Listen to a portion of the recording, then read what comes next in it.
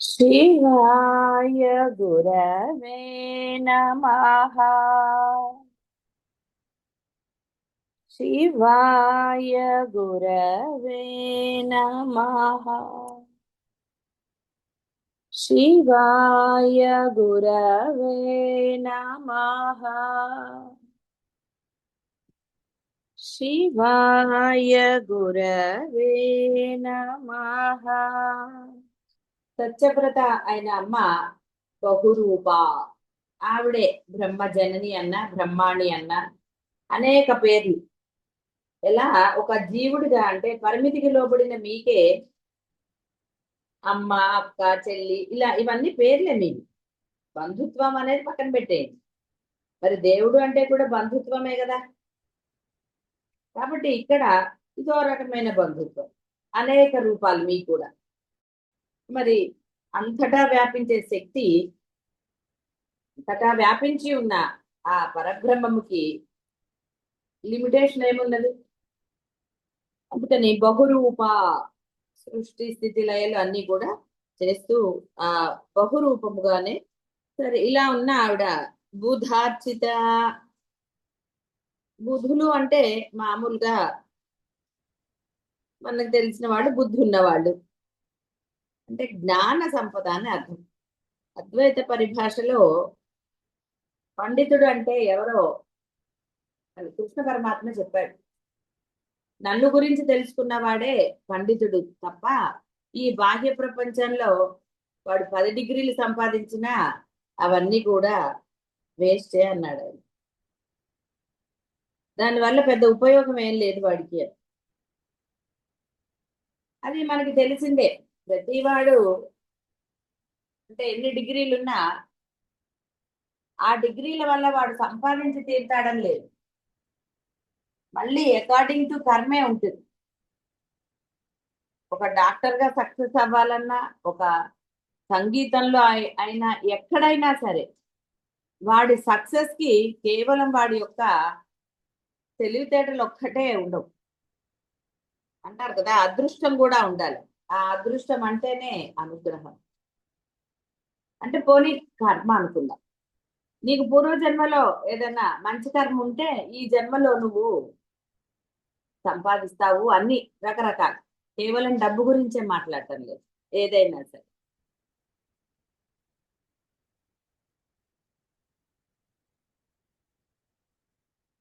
కాబట్టి అమ్మ గురించి తెలిసినదే, బ్రహ్మము గురించి తెలిసినదే అసలైన బుద్ధి. బుధులు అనగా అలసులు, పామరులు, పాషండులు మొదలగు వారు కాక శృతి స్మృతి సదాచారవంతులై జ్ఞాన మార్గ అనుచరులగు వారు. నేను మామూలు భాషలో చెప్పాను, వారు అసలైన భాషలో చెప్పారు. ఇంక ఇందులో డౌట్ లేకుండా. కాబట్టి బుధులు అంటే అర్థమైంది కదా, జ్ఞాన మార్గంలో ఉన్నవారు. ఎవరున్నారయ్యా జ్ఞాన మార్గంలో? అట్టి వారిచే. ఇక్కడ చూడండి ఎంత చక్కగా ఇచ్చారు. మనకి శంకరులు ఎలా అయితే చెప్పారో ఇక్కడ ఆ బుధార్చిత, అర్చన అంటే తెలుసు కదా. ఎలా అర్చించాలంటే బుధులు జ్ఞాన మార్గంలో ఉన్నవారు ఎలా అమ్మని అర్చిస్తారో, ఆరాధిస్తారో చెప్పారు. ఇది తెలుసుకుంటే ఇక వేరే తెలుసుకోవాల్సిన అవసరం ఏమీ లేదు. తమ దేహేంద్రియ మనః ప్రాణముల లోని దోష నివారణకుగా.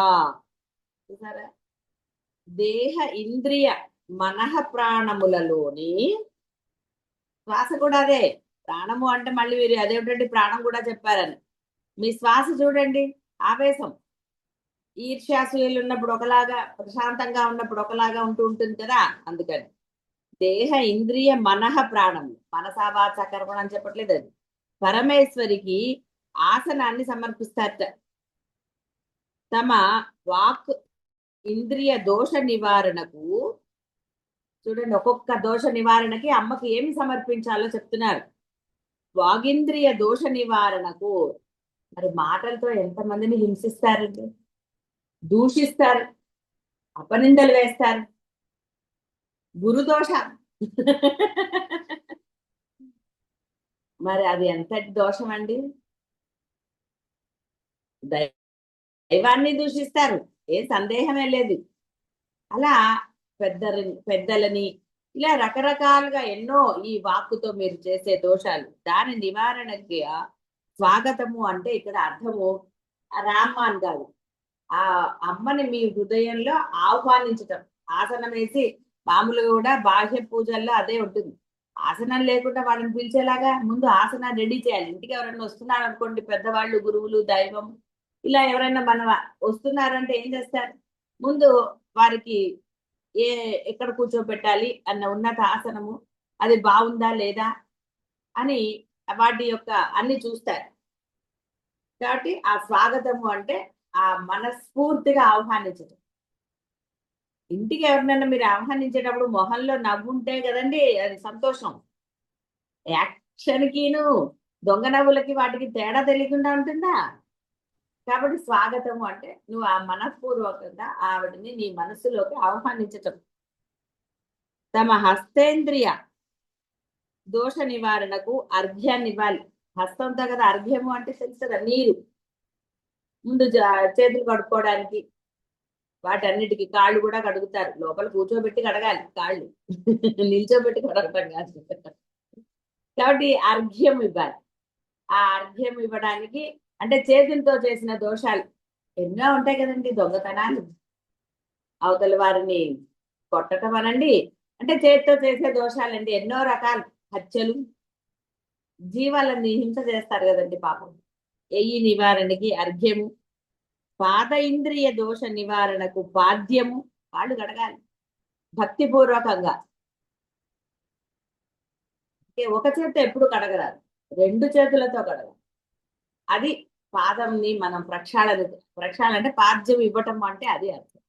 ఒక చేత్తో ఎప్పుడు ఏది చేయరాదు. ఒక చేత్తో నమస్కారం చేస్తారా? చేయకూడదు. అలాగే ఒక చేత్తో ఏది చేయరాదు. అందుకే పూజల్లో కూడా ఒక చేత్తో మనం ఇలా ఆ ఉద్ధరణితో చేస్తున్నప్పుడు రెండో చేతిని దానికి తగిలించి ఉంచుతారు. రెండు చేతులతో అది పట్టుకోవాలి కాబట్టి ఒక చేయి రెండో చేతికి ఇలా తగిలించి ఉంచుతారు. భార్య కూడా భర్త చేతిని ఇలా తగిలించి ఉంచుతుంది. ఎందుకు? తన చేయి కూడా అక్కడ ఉన్నది అని. కాబట్టి ఏకవస్త్రం కూడా కొంతమంది ఇవ్వరు, వారి యొక్క ఆచారాన్ని బట్టి ఎప్పుడు రెండు ఇవ్వాలని. ఎందుకంటే రెండు అనేకం కదా, అందుకే. కాబట్టి ఇక్కడ అంటే ఇక్కడ ఏదో అనేక చేతులు అని కాదు ఉద్దేశం, మామూలుగా చెప్పండి. కాబట్టి ఇక్కడ ఆ రెండు చేతులతో ఆ యొక్క అమ్మని ఆహ్వానించాక ఆసనం సిద్ధం చేశారు. సిద్ధం చేసి అమ్మని ఆహ్వానించారు. ఆహ్వానించాక ఆ చేతికి చెయ్యి ఒట్టిగా కడుక్కోవడానికి, తర్వాత కాళ్ళు కడిగేసి హృదయగత దోష నివారణకు మధుపర్కము. ఇక హృదయ దోష నివారణ అనేది, హృదయంలో దోషాలు ఎన్నండి. అసలు ఒక్కొక్కసారి మనసులో కొన్ని అందరూ మర్చిపోయాను, వాడి మీద చాలా కోపం అండి నాకంటే. ఇలా ఎన్నో ఉన్నాయి లోపల, నెగిటివ్లన్నీ దోషాలే. ఒకరి యొక్క చెడు కోరుకోవటం కూడా దోషమే. కాబట్టి అనేక రకాలుగా ఉంటాయి. ఏ దోషము అని ఏది చెప్తారండి? కాబట్టి ఇవి చేస్తున్నాం కాబట్టి మేము దోషాలు చెయ్యొచ్చని కాదు అర్థం అక్కడ. ఇవన్నీ చేస్తున్నా మరలా పునరపి అన్నట్టుగా చెయ్యరాదు. ఇవన్నీ దోష నివారణకి. మళ్ళీ దోషాలు చేస్తే ఎలాగండి? మీరు ఒకసారి దోష పశ్చాత్తాపం పొంది చేశారా అనుకుందాం, దోష నివారణ చేసుకున్నారు. మీరు మరలా దోషం చేసినప్పుడు మనస్ఫూర్తిగా దోష నివారణ చేయలేరండి. దాని ఏవో సమర్థింపులు చెప్పుకుంటారు. నిజంగా మీరు గనక మనసారా దోష నివారణ చేస్తే మరలా దోషం జరగదు. మీరు చేయలేరు దోషాలు. ఎందుకంటే ముందు ఈ జీవుడు అనేవాడు తన దోషాన్ని ఒప్పుకోవాలి కదా. ఒప్పుకుంటే దోష నివారణ జరుగుతుంది. ఒప్పుకోనప్పుడు దోష నివారణ ఎలా జరుగుతుంది? కాబట్టి మధుపర్కాన్ని ఇస్తారు. మధుపర్కము అంటే ఇక్కడ ఆ యొక్క అంటే తీపి పదార్థాన్ని ఇస్తారు. తమ త్వక్ ఇంద్రియ దోషం అంటే ఈ చర్మానికి అనవసరమైనవి తగలటం కానీ ఇలాంటివన్నీ కూడా. త్వక్ అంటే చర్మం. రకరకాలుగా ఉంటాయిలేండి చర్మం. ఇప్పుడు అంత చెప్పవలసిన అవసరం లేదు, అందుకంటే అందరూ కాస్త శుచి శుభ్రతగా ఉన్న వాళ్ళే, అనవసరమైన జోలికి వెళ్ళరు కాబట్టి వాటి గురించి నేను చెప్పట్లేదు. త్వక్ ఇంద్రియం అక్కడ జరిగిన దోషాలకి స్నానం చేయించాలి. స్నానము అంటే మనము అభిషేకం చేస్తాం కదా, ఆ విధంగా. ఉపస్థ ఇంద్రియం, దానికోసం వస్త్రాన్ని ఇవ్వాలి. ఉపస్థ అంటే స్థిరంగా కూర్చొని, ఎక్కడ కదలకుండా కూర్చుంటారండి, రకరకాలు కదా, అందుకని అంటే ఇక్కడ కూడా చాలా ఉంది. శుచి శుభ్రత లేని ప్లేస్ లో కూర్చోవటం, ఎక్కడ పడితే అక్కడ తినటం, ఇలాంటివన్నీ ఉన్నాయి చూసారా, ఇవన్నీ కూడా ఆ కూర్చుని చేసే దోషాలు. వస్త్రాన్ని సమర్పించాలి. కంఠగత, మీ కోపాలు కంఠం వరకు వచ్చి ఆగిపోతూ ఉంటాయి కదా, అలా దిగమింగానండి కోపాన్ని, ద్వేషాన్ని, మాటలని అనకూడదని ఆపేస్తున్నానండి, ఇలా ఎన్నో ఉన్నాయి. అందుకని కంఠగత, వాటి నివారణకి యజ్ఞోపవీతము. కాబట్టి యజ్ఞోపవీతము, ఇక్కడ యజ్ఞోపవీతం అనగానే ఆ మామూలుగా స్త్రీకి ఉండదు కదా అంటారు, కానీ శాస్త్రంలో స్త్రీకి కూడా యజ్ఞోపవీతం ఉంటుంది. అది అంటే ఏమిటి, యజ్ఞోపవీతం అంటే మీరు వ్రతం అప్పుడు ఎలాగైతే చేతికి ఒక కంకణం ధరిస్తారో ఆ విధంగా యజ్ఞోపవీతము అంటే అర్థం. అది అందరికీ ఉండేది, ఇక్కడ కేవలం బ్రాహ్మణులకే అని కాకుండా ఇంతకుముందు అలా ధరించేవారు, ఒక నిష్ఠ కోసమని ఆ యజ్ఞోపవీతాన్ని ధరించేవారు. మేము అంటే ఇప్పుడు బ్రహ్మచారికి ఇన్ని పోగులు, గృహస్థుడికి ఇన్ని పోగులు అని ఉంటాయి. సన్యాసం స్వీకరించిన వాడికి అది ఉండదు, ఎందుకంటే అంతా బ్రహ్మమే అని తెలుసుకున్నాడు కాబట్టి ఈ విధంగా ఉంటుందన్నమాట. కాబట్టి ఇక్కడ యజ్ఞోపవీతము అంటే అర్థం అది, అంటే ఒక నిష్ఠ అని ఎలా అయితే అమ్మకు చెప్పారో ఆ విధంగా నిష్ఠ కలిగి ఉన్నాము మేము అని చెప్పడానికి. కంటగత, దానికి అంటే మేము ఒక దీక్ష తీసుకున్నాము. ఇంకా ఈ మనస్సు ఇక్కడి నుంచి వచ్చింది మనకి. మొదట్లో చెప్పుకున్నాం ఆ చక్రాల గురించి, పైకి రావాలి కదా. కాబట్టి ఈ మనస్సు ఇవన్నీ శుద్ధమైపోయాయి అనుకోండి, అప్పుడు వాక్కు చక్కగా వస్తుంది కదా.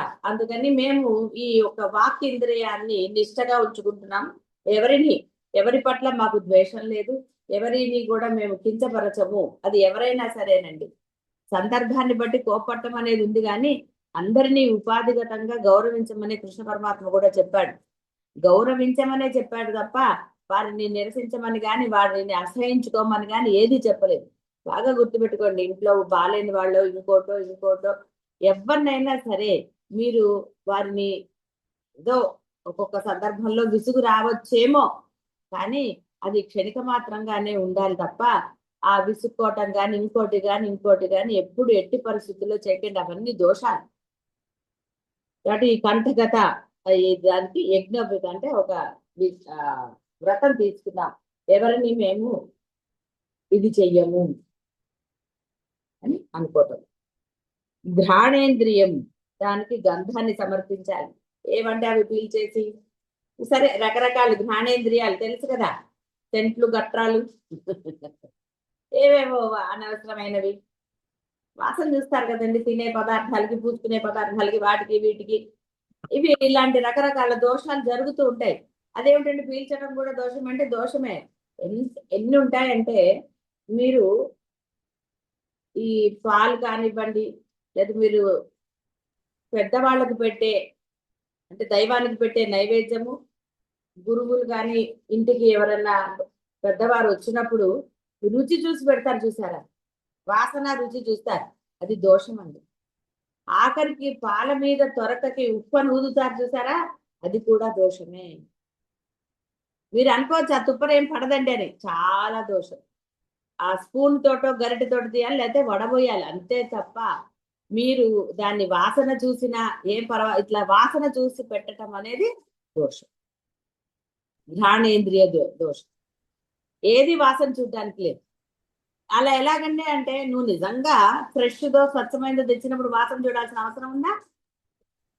కాబట్టి ఎప్పుడెప్పుడో మిగిలిపోయాయి కదా, వాళ్ళ కోసమే ఉంచాక కలిపెట్టేకండి.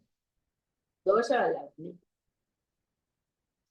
కాబట్టి ఎప్పుడూ కూడా మనం పరమాత్మకి నివేదన చేసే వాటిని రుచి చూడరాదు.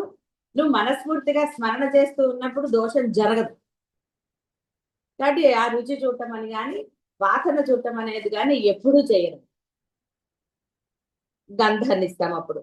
తమ కేశ లోమ నఖాదిగత, సరే కేశాలు లోమాలు నఖాదిగత, గోర్లు అలాంటివన్నీ. కేశాలంటే పైవి, లోమ అంటే ఈ చర్మం మీద చిన్న చిన్న ఉంటాయి కదా. మీరు భోజనం వడ్డిస్తున్నప్పుడు అంటే ఏది సమర్పించినా సరే, ఒక వస్త్రం సమర్పించినా, లేక చూడండి ఆ మంచాల మీద రండి, కుర్చీల మీద కానివ్వండి, ఈ కేశాలు అవి ఎవరివైనా సరే ఉండటం కూడా దోషమే. చూసారా ఎన్ని రకాల దోషాలు చేస్తున్నారు. ఇక్కడ తెలిసా తెలియక అనే మాట పక్కన పెట్టండి. చాలా అంటే మనం ఏమనుకుంటాం, పర్వాలేదులే అనిపిస్తుంది. అంటే ఎంత మనస్ఫూర్తిగా సేవ చేయాలో తెలుసుకోండి. ఒక దైవాన్ని, గురువులకి. అంటే ఒక దోషం అంటే నువ్వు అంత అలర్ట్ గా ఉండాలి. ఎక్కడ ఏది ఏమాత్రము కూడా ఉండకుండా. ఇదేమి చేతకాంది ఏం కాదు. మనసులో ఎప్పుడైతే ఆ ఇష్టం పరిపూర్ణంగా ఉంటుందో దోషం జరుగుతుందండి? ఏమీ జరగదు. లేస మాత్రమైన దోషం కూడా జరగదు. పట్టించుకోనప్పుడే దోషాలు. పర్వాలేదులే, చూస్తారులే, నేను కాకపోతే వాళ్ళు చూస్తారు, వాళ్ళు కాబట్టి ఇంకోటి చూస్తారు, నాకెందుకులే అనుకుంటారు. చూస్తారు కొన్ని దోషాలు మీరు చేయనండి, నీళ్ళకు దోషాలు ఎన్ని రకాల దోషాలు. ఎప్పటికైతే వాటి నివారణకి ఏంటి చేశారు? రకరకాల దోష. కాబట్టి ఇక్కడ ఈ యొక్క వీటికి కూడా పుష్పములతో పూజ చేయాలి. పక్కింట్లో పూలతో కాదండి చేయాలి. వాసన చూసి పువ్వులు పెట్టరా. పువ్వులు మనం సమర్పించేటప్పుడు కూడా ఆ కాడ తీసివేయాలి. అలాగే ప్రతి పుష్పం వెనకాల కూడా బాగుందో లేదో చూడాలి. కొన్ని అంటే మనం కొన్న పూలలో వాటి నీళ్లు పోతామంటే వెనకాల కొంత కుళ్ళినట్టుగా అలా కూడా ఉంటాయి. రెక్కలు కొన్ని వడలిపోయి ఉంటాయి. ఎప్పుడూ పెట్టకండి. పెట్టకపోయినా నష్టం లేదు. కానీ మీరు పుష్పాలతో పూజ చేస్తున్నప్పుడు చక్కగా స్వచ్ఛమైన పుష్పంతో కొనుక్కొచ్చుకొని ఫ్రిడ్జ్ లో పెట్టుకోండి. రోజు రోజు కొత్తవి రావు. కానీ అవి తీసి పెడుతున్నప్పుడు అన్ని చక్కగా ఉన్నాయా లేదా, పర్వాలేదు ఒకటి రెండు రెక్కలు ఉన్నాయనుకోండి, అవి తీసేసి అంటే ఆ ఎండిపోయిన రెక్కలు తీసి అమ్మవారికి సమర్పించండి, దైవానికి సమర్పించండి, గురువులకి అలాగే. అంతేగాని కాడలున్నా ఏ ఉన్నా సరే పెట్టేయండి పర్వాలేదులే. ఈ ఈ నిర్లక్ష్య భావం అసలు కంఠగత దోషానికి సంబంధించి. అప్పటికప్పుడు అనుకుంటారు కదా, ఏం పర్వాలేదు ఏం పర్వాలేదు, నా పని ఏంటి ఇదే, నాకు ఇక మిగతాది నాకు అనవసరం, వేరే ఏ దోషాన్ని నేను పట్టించుకోను. ఇలాంటి భావాలు ఉన్నాయి కదా. నా పని ఇది, నేను ఇదే చేస్తా, మిగతా అసలు అక్కడ ఉంటుంది చూడండి భావాతీతులు. అంటే భావాతీత స్థితి మీకేం కొత్తది కాదు. అవతల అవస్థలు పడుతున్నా సరే మాకేమి ఇది లేదు. 2 రోజులైనా 4 రోజులైనా వారం రోజులైనా మాకేం పట్టింపు లేదు. భావాతీతం అది దోషమే కాదా కాదా అది అది తెలుసుకోవాలి. దోషం అని తెలియక కాదండి, ఆ దోషం ఎంత భయంకరమైందో ఊహించలేరు అంతే. కాబట్టి పుష్పాలు ఎలా చేయాలో కూడా తెలుసు కదా. ఏవైనా సరే ఒక స్నానానికి అయినా సరే, నైవేద్యమైనా సరే, మీరు ఇచ్చే ఆ ప్లేట్ శుభ్రంగా ఉందా లేదా ఎన్ని చూడాలండి. శ్రద్ధ లేనప్పుడే కదండి ఏదంటే అది పెట్టేస్తారు. శ్రద్ధ ఉన్న వాళ్ళు ఎవరైనా అలా పెడతారా? ఎవ్వరూ పెట్టరు అలా. శ్రద్ధ ఉన్నవాడు. అవతల వాడు ఏమన్నా అనుకుంటాడో అనుకుంటే నీకు శ్రద్ధ ఉన్నట్టు అవుతుందా? ఇది చాలా మందిలో మీకు అంటే కనపడుతూ ఉంటుంది. వాళ్ళు ఏమన్నా అనుకుంటారేమో తప్ప అక్కడ గురువు పట్ల దోషం జరుగుతోంది అన్నది నీకుందా? నీకుందా గురువు పట్ల శ్రద్ధ ఉంటే వాళ్ళు ఏమనుకుంటే నీకెందుకు? సామరస్యంగా కూడా ఎన్నో చేస్తారు. ముందు నీలో ఆ సామరస్యం అంటే వాక్ దోషం ఎందుకు చూడకూడదు? అయ్యో వాళ్ళు చూస్తారు అనుకున్నానండి అని ఈ డైలాగులు కొడతారు చూసారా. మరి నువ్వెందుకు చూడలేదండి? తమ ప్రాణాది అంతర్వాయుగత. ప్రాణం అంటే వాయువే కదా, లోపలికి బయటికి.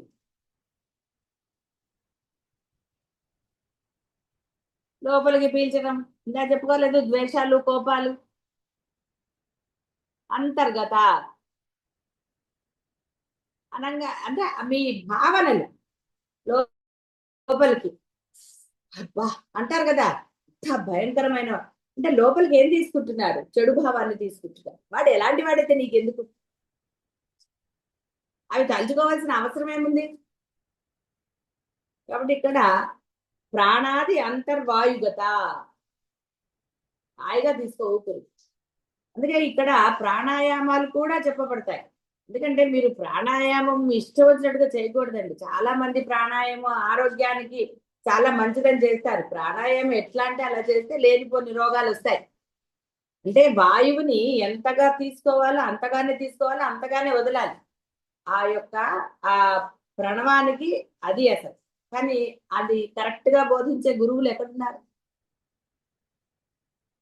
అది లేకపోతే దోషాలంటే పక్క వాళ్ళకి ఎవరికో జరుగుతాయని కాదు, మీలో ఉన్నది ఏమిటంటే ప్రాణశక్తి అంటే ఎవరు? అమ్మే కదా. కాబట్టి ఏదంటే అలాగా మనము చేయడానికి లేదు. సరైన గురువులు అప్పుడు మీ ఆరోగ్యం నిజంగానే బాగుంది. హితముగా మితముగా తినాలని చెప్పాడు కదా, అలాగే ఊపిరి కూడా అంతే. మీ ఇష్టం ఉన్నట్టుగా తీసుకుంటే అలా తీసుకోవడానికి లేదు. కాబట్టి ఈ దానికోసము ధూపము, ఈ ధూపాల్లో కూడా రకరకాలు ఉంటాయండి. ఆ ఘాటుగా మీరే ఊపిరి పీల్చలేకపోతే అబ్బో భరించలేమంటే అమ్మ ఎలా భరిస్తుందండి? చక్కగా ప్లెజెంట్ గా ఉంటారు. నువ్వు పీల్చగలిగింది అమ్మ కూడా పీలుస్తుంది, ఎందుకంటే నీలో ఉన్నది అమ్మే కదా. నువ్వే పీల్చలేకపోతే. ఇంకోటి చాలా చేసే దోషాలు, నైవేద్యం పెట్టిన అరటిపండు గుచ్చేయటం, లేకపోతే ఇంకో పండుగ ఏదో గుచ్చేయటం. ముందరే మీరు ఒక వ్రతమో నోమో చేస్తున్నప్పుడు ఆ అగరబత్తి పెట్టడానికి ఒక ఏర్పాటు చేసుకుని తీరాలి. అంతే తప్ప అక్కడ నైవేద్యం పెట్టిన అరటిపండు ఏం తినలేండి దానికి గుచ్చేయండి, అలా ఏదో చేసేస్తూ ఉంటారు.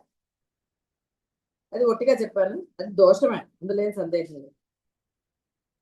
కాబట్టి ధూపాన్ని ఇవ్వాలి. ఆ ధూపం ఎలా చక్కగా హాయిగా ఉండాలి. ఎంత బాగుంది ఏమిటి అగరబత్తి అన్నట్టుగా మనకి ఎలాగైతే మనం ఫీల్ అవుతామో. ఎందుకంటే నీవు అమ్మ వేరు కాదు, నీలో ఉన్నది అమ్మే. నువ్వే పిలిచలేకపోతే ఆవిడ ఎలా పిలుస్తుందండి? అందుకే పుష్పాలు కూడా మీ ఇష్టం వచ్చినట్టుగా పెట్టద్దని ఎన్నోసార్లు చెప్తాను. బొట్లు కూడా మీరు ఎక్కడ పెట్టుకుంటారండి బొట్టు? మీరు అందంగా పెట్టుకోరు, చక్కగా అందంగా పెట్టాలి. ఏమంటే ఫోటో చిన్నగా ఉందంటే చిన్నగా పెట్టు, పెద్దగా పెట్టాలి. ఆవిడ కళ్ళు కూడా మూసేసి పెట్టేస్తారు, ఇంత గంధాలు పూసేసి. చక్కగా అందంగా అలంకరించండి, అప్పుడు చూడడానికి మీకు కూడా హాయిగా ఉంటుంది. అలా పెట్టేసేస్తే మీకేమి అక్కడ భక్తి కలుగుతుందండి? ఇక ఆ పుష్పాలు పెట్టేస్తారు, పాప ఆవిడ ముక్కు మూసుకుపోతుంది, కళ్ళు మూసుకుపోతాయి, ఏవి కనపడవు. ఇలా చేయకుండా చక్కగా ఆ అమ్మ అందంగా కనపడేటట్టుగా అమ్మాయినా అయ్యి అయినా సరే వాళ్ళ ముక్కులు మూతులు కళ్ళని మూసిపోయేటట్టుగా బొట్లు పెట్టడం కానీ పువ్వులు వేయటం కానీ అలాంటివి చేయకండి. నేత్ర ఇంద్రియగత దానికి దీపం. కాబట్టి నేత్రాలతో ఏమేం చేస్తారో తెలుసు కదా, మళ్ళీ చెప్పడం ఎందుకండి, చూడటము. అందుకే ఆ 3 కోతులు చెప్తారు, చెడు వినకు, చెడు కనకు, చెడు అనకు అని. అదే కాబట్టి ఇవి దానికోసము దీపం. దీపం కూడా మండుతున్నట్టుగా ఉండరాదు. అనవసరంగా ఈ నూనెలు అని అంత కంగారు పడకండి. చెప్పేవాడు 1,00,000 చెప్తారు, ఎక్కడా అలా చెప్పబడలేదు. ఇన్ని ఒత్తులు కలపాలి, అన్ని ఒత్తులు కలపాలి, అనవసరం. సరిగ్గా వెలుగుతోందా లేదా, ఆ దీపాన్ని చూస్తే మీకు ప్రశాంతంగా ఉండాలి. అంతేగాని అది మండిపోతూ ఆ పొగ వస్తే అయ్యో ఇల్లంతా పాడైపోతుంది అని ఒత్తిడి ఇచ్చేసారు. చక్కగా ఆ దీపము మంచిగా వెలుగుతుంది. ఎంత మేరకు ఉండాలో ఒత్తి అంతే ఉండాలి. నువ్వు 4 వేస్తావా, 10 వేస్తావా, 1 వేస్తావా, నీ ఇష్టం. ఇన్ని నూనెలు కలపాలి ఎక్కడా లేదండి. ఏ నూనె పెట్టినా నష్టం లేదు. కాకపోతే సర్వశ్రేష్టము నువ్వుల నూనె అన్నారు. తిల్లనం అంటే తెలుసు కదా, లోపల నుంచి వస్తే దాని అది శ్రేష్టమైనది అని, అందులో దోషం ఏది ఉండదు అని. అంతే తప్ప ఏమండి ఇది పెడితే ఆ కోరిక అది పెడితే అంటే నీ కోరికలు పక్కన పెట్టు. నీకు ఇక్కడ అసలు శ్రద్ధే లేకపోతే నువ్వు దేంతో వెలిగిస్తే మటుకు నీ కోరిక తీరుతుందండి. కాబట్టి దీపానికి చక్కగా ఆ చాలా మంది నిన్నటిది తుడిచేస్తారు, లేదా అదే నూనెలో పోస్తారు, నూనె వేస్ట్. చాలా దోషాలండి. ఎంగిలి కంచంలో తింటారా మీరు? కంచం తుడుచుకుని తింటారా మీరు? మరి కాబట్టి అమ్మకి ఏ రోజు దీపం ఆ రోజే పెట్టాలి. శుభ్రంగా కడగండి. నిన్నటి ఒత్తులు, మిగిలిపోయిన ఒత్తులు వాడద్దు, ఆ నూనె అవతల పారిపోయింది. లేదా మీరు ఎక్కడైనా వెలిగించుకుంటా అంటే విడిగా ఎక్కడ ఏ దైవాల దగ్గర కాదు, మామూలుగా పెట్టుకోండి. అంతే తప్ప పొరపాటున కూడా మిగిలిన నూనె కానీ బత్తి కానీ ఆ ప్రమిదని మీరు వెండిది పెట్టినా ఏది పెట్టినా సరే కడగకుండా మరలా వాడరాదు. మామూలుగా దీపావళికి కూడా అసలు ఏ రోజు దీపాలు ఆ రోజు కడగాలి. అన్ని దీపాలు కడగలేరని చెప్పేసి పెట్టేస్తూ ఉంటారు. అన్ని దీపాలు పెట్టాల్సిన అవసరం ఏముందండి? నువ్వు ఎన్ని కడుక్కోగలవు అన్నే పెట్టండి. మనం చేసే ఒక దోషాల్లో చెప్తున్నాను. చాలా ఇదిగా సరే, అది దైవం దగ్గర పెట్టాం కాబట్టి కొంతలో కొంత. కాబట్టి దైవం దగ్గర పెట్టే దీపానికి ఇంతటి ప్రాముఖ్యత ఉంది. అంటే ఎంత శుచి శుభ్రత కానీ ఎన్ని అవసరమో చూసుకోండి. అసలు కింద ఒక చిన్న ముగ్గు వేయమంటారు. ఒట్టి ప్రమిద డైరెక్ట్ గా పెట్టకూడదు. కింద ఒక ఆకు, తమలపాకే పెట్టాలని రూల్ లేదు, ఏదో ఒక ఆకు పెట్టి అందుకే కింద ఇంకొక ప్లేట్ పెడతాం మనం. ఇంకోటి ముఖ్యంగా స్టీల్ వాడకూడదు, ఇనుము కదది. ఇనుము ఎట్టి పరిస్థితుల్లో వాడరాదు. నీకు వేరేది లేకపోతే ఆకు పెట్టుకోవచ్చు, లేదా రాగో ఇత్తడో ఇంకో మట్టి అయినా పెట్టుకోవచ్చు, నష్టమేమి. బట్ ఇక్కడ దీపం నేత్రంతో చేసే వాటికి చూపు కదా, అన్ని చాలా రిలేటెడ్ గా ఉన్నాయండి. ఎక్కడా కూడా గుర్తుండట్లేదండి అనడానికి లేదు, రిలేటెడే. తమ జిహ్వాగత నైవేద్య తాంబూలం. ఇక్కడ నాలుక ఏమిటంటే రుచి. ఏది పడితే అది తినకూడదని చెప్పటం చాలా ఉంటాయండి. నిన్నటివి తినకూడదు, ఎప్పుడు తినకూడదు అంటే పచ్చళ్ళకి ఇది ఉంది. ఏది మనము జాగ్రత్తగా పెట్టి పాడైపోయిన పచ్చళ్ళు తినమనలేదు, ఎవరు పెట్టిన పచ్చళ్ళు అవి పెట్టి తినమనలేదు. శుచి శుభ్రంగా చక్కగా పెట్టుకున్న అది తినటంలో దోషం లేదు. రోడ్డు పచ్చళ్ళు చేస్తారు చూడండి, 4 రోజులు ఫ్రిడ్జ్ లో పెట్టుకుంటారు, అలా అవి పనికిరావు. కొంచెమే చేసుకో, చెప్పాం కదా, ఒక ముద్ద తక్కువ తింటే నష్టమేం లేదు. చద్దన్నాలు ఇక కొన్ని రకరకాలు, ఇకండి అవి చెప్పటం ఎందుకండి, మీరు చేసేవి మీకే తెలుసు కదా. అంటే మనం ఒక ఆరాధనలో ఉన్నప్పుడు కానీ, ఒక దీక్షగా ఉన్నప్పుడు కానీ, ఇప్పుడు నోములు వ్రతాలు చేసినప్పుడు తింటారండి, అట్లాంటివి తినరు కదా. ఇది అంటే కాబట్టి ఒక దీక్షగా ఉన్నప్పుడు అందుకే చెప్తారు, బయట తినకండి, ఎక్కడంటే అక్కడ తినకండి, ఇంట్లో మీరు స్వయంగా వండుకుని తినండి, ఆ దైవానికి నివేదన చేసే ఒక దీక్షా కాలంలో మనం పాటించాల్సి. ఎందుకంటే ఇక్కడ ఈ నైవేద్యాన్ని కూడా ఎవరు పడితే వాళ్ళు వంట వాళ్ళని మీరు పిలుచుకున్నా నిజంగా వాళ్ళు సంతోషంగానే చేస్తున్నారా, ఏడుస్తూ వాళ్ళ బాధలు చెప్తూ చేస్తున్నారా, ఇవి చాలా ఉంటాయి. అందుకని మీరు వంట చేసేటప్పుడు మీరు వంట చేస్తున్నా కూడా నామస్మరణతో చేయమని చెప్పారు. అంతేగాని వీళ్ళని తిట్టుకుంటూ వాళ్ళని తిట్టుకుంటూ ఫోన్ మాట్లాడుకుంటూ అవి నైవేద్యాలు. అందుకని ఇవన్నీ చేసి అప్పుడు నైవేద్యం పెడితే కనీసం అక్కడైనా మనస్ఫూర్తిగా పెడితే ఈ యొక్క దోషాలు పోతాయి. అసలు దోషం తేవటం ఎందుకంటే దోషాలు పోవడానికి ఇంకోటి ఎందుకు. కాబట్టి చక్కగా అంటే దైవానికి సమర్పించేది మీరు వండుతున్నప్పుడు మనసుని ప్రశాంతంగా పెట్టుకోండి. ఒకళ్ళని తిట్టడం కానీ ఇంకోటి కానీ ఇలాంటివి ఏవీ చేయకుండా నామస్మరణ చేస్తూ ఆ నైవేద్యాన్ని తయారు చేసి పరమాత్మకు సమర్పించండి. కాబట్టి నైవేద్యము తాంబూలం. తాంబూలం అంటే తెలుసు, రకరకాలుగా ఉంటాయి. ఆ తమలపాకులు చక్కగా దాన్ని అందరూ ఇట్లా కాడలు అన్ని పెట్టి తప్పండి. మీరు ఎలా వేసుకుంటారు తాంబూలాన్ని, చక్కగా కాడలు తీసేసి మీరు ఎలా వేసుకుంటారో ఆ యొక్క దైవానికి కూడా తాంబూలాన్ని ఎలా పెట్టాలి. మామూలుగా ఏం చేస్తారు, ఒక పండు అల్ల పెట్టేస్తారు. పండు ఎక్కడ ఎందుకు పెడతారండి? తాంబూలంలో పండు వేసుకుంటారా? కాబట్టి తాంబూలం ఎలా సమర్పించాలి? మనోగతం దోష దాచుకుంటారు కదా లోపల, కపటత్వము, సమయం రాని వాళ్ళ పని పడదామని, మోసం చేద్దామని. ఈ ద్వేషాలు అవన్నీ వేరు, ఈ కపటత్వం, అబద్ధాలు ఆడటం, రకరకాలుగా దూషించటం, అవన్నీ వాక్కుకు సంబంధించి నీ లోపల ఉంటుంది కదా. వాటి కోసము మనోగతానికి నీరాజనం, నీరాజనానికి కూడా కర్పూరం తీస్తూ ఉంటారు. అంటే వాళ్ళ పద్ధతిని బట్టి అంటూ ఉంటారు, కానీ చాలా జాగరూకతతో ఉండాలి దానికి. అది మధ్యలో ఆరిపోవటం కానీ ఇలాంటివి జరగకుండా ఇవ్వాల్సి వస్తుంది నీరాజనం అంటే. అది మధ్యలో ఎప్పుడు కూడా కొండెక్కకూడదు, అంటే ఆరిపోకూడదు. అందువలన హాయిగా ఒక వత్తి వేసి కొంత నూనె నెయ్యి మామూలుగా ఇలా ఇచ్చేటప్పుడు ఇస్తారు, పర్వాలేదు. నూనె అయినా పర్వాలేదు, నెయ్యి అయినా పర్వాలేదు, ఆ ఒత్తి వేసి ఇవ్వాలి. అయ్యయ్యో ఆరిపోయిందని మళ్ళీ వెలిగించటం, ఇవి దోషానికే కారణం అవుతాయి. తప్పు కదండి. ఎప్పుడైనా చూడండి, అది మీరు అనుకుంటారు కదా, దీపం కొండెక్కితే అయ్యో ఇవాళ ఏం జరుగుతుందో అని. ఇది అంతే, నువ్వు నీరాజనం ఇచ్చేటప్పుడు. అందువల్ల హారతి కర్పూరంతో ఇవ్వాలి అంటే అలా జాగరూకతతో ఇవ్వు. అందులో అప్పుడు దోషం. ఇవ్వకూడదని నేను చెప్తాను, ఇవ్వచ్చు. నువ్వు 3-4 పాటలు పాడాలండి మంగళహారతులు అంటే, మరి అప్పటి వరకు ఇది వెలగద్దు. అందుకని ఒకసారి దాంతో ఇచ్చి మిగతా అప్పుడు బొత్తితో ఇస్తే నష్టం లేదు. నువ్వు 10 పాటలు పాడు. మామూలుగా రోజు పూజలో ఎక్కువసేపు ఉండదు కాబట్టి అప్పుడు కర్పూరంతో ఇచ్చినా దోషం ఉండదు, ఎందుకంటే అది కొండెక్కదు కదా, అందుకని. తమ అవిద్య దోష నివారణకి ఆచమనం చేయాలి. అవిద్య నశించాలి అంటే ఈ పైనవన్నీ దేని వల్లండి? అవిద్య అంటే పైన చెప్పాడు, అలసులు, పామరులు, పాషండు. ఒళ్ళు బద్ధకంతో చేస్తారు కదండి దోషాలు కొన్ని. ఇందులో పైనవన్నీ జాన్ పూచ్కర్ అంటారు, కావాలని చేస్తూ ఉంటారు. సమయం అయిపోతుంది, ఇంకొకటి ఉంది, అదొక్కటి కూడా చెప్పేశాక కావాలంటే ఎక్స్ప్లెనేషన్ రేపించుకోవచ్చు.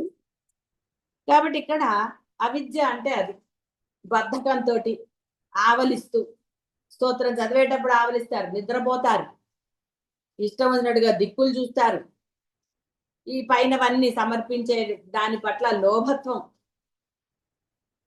నైవేద్యాలనండి ఏదైనా సరే దానిలో లోభత్వం, ఇలా అనేకం ఉంటాయి. ఇవి మీరు ఏమిటి చేస్తున్నారో మీకు తెలియదు కాదు, విడిగా చెప్పక్కర్లేదు. నిజంగా మీరు దైవాన్ని అర్చించేటప్పుడు అలా ఉంటున్నారా, సమర్పించేటప్పుడు ఎలా ఉంది? కాబట్టి అవి దానికి ఆచమనం. ఆనందమయ కోసమే తానను భావముతో ఉంటాడు. అంటే నేను ఆనందించడానికే ఉన్నానని నానా రకాల దోషాలు చేస్తూ ఉంటారు కదా కొంతమంది. నా ఆనందం స్వార్థంతో అవతల వాడిని హింసించడం అనండి, ఇంకోటి అనండి, రకరకాలు అనే దాంతో చేస్తాడు. కాబట్టి వాడు మంత్రపుష్పం చెప్పేటప్పుడు ఏం చెప్తారు? నా దోషాలు క్షమించమ్మా అంటారు చివరికి.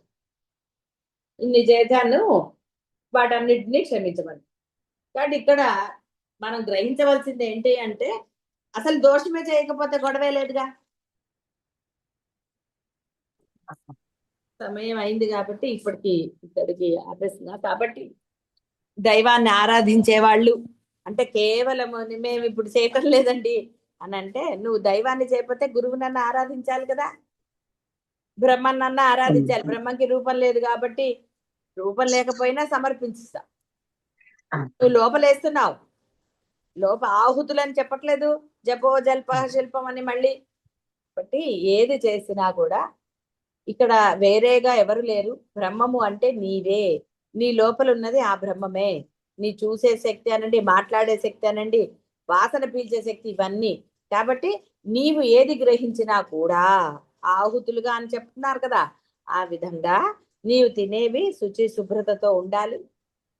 నీవు ఇలాంటి దోషాలు ఏదీ లేకుండా నువ్వు గ్రహించు, అది బ్రహ్మ సమర్పణ. దైవము గురువు బాహ్యంగా నీకు కనపడుతూ ఉంటారు కాబట్టి బాహ్యమైనవన్నీ నువ్వు శుచి శుభ్రత ఉండాలి. కేవలం బాహ్యమే కాకుండా నీ అంతఃకరణ కూడా శుద్ధిగా ఉండాలి. ఏమంటే నాకు వీళ్ళిద్దరు లేరండి, బ్రహ్మమే ఉన్నాడు, చాలా సంతోషం. ఆ బ్రహ్మం అంటే ఎవరు? నీవే, నీలోనే ఉన్నది బ్రహ్మము. కాబట్టి నువ్వు ఏది తింటున్నావో, ఏది మాట్లాడుతున్నావో, ఏది నీ మనసులో ఉందో అవన్నీ కూడా శుద్ధంగా ఉండాలి. శుభం భూయాత్.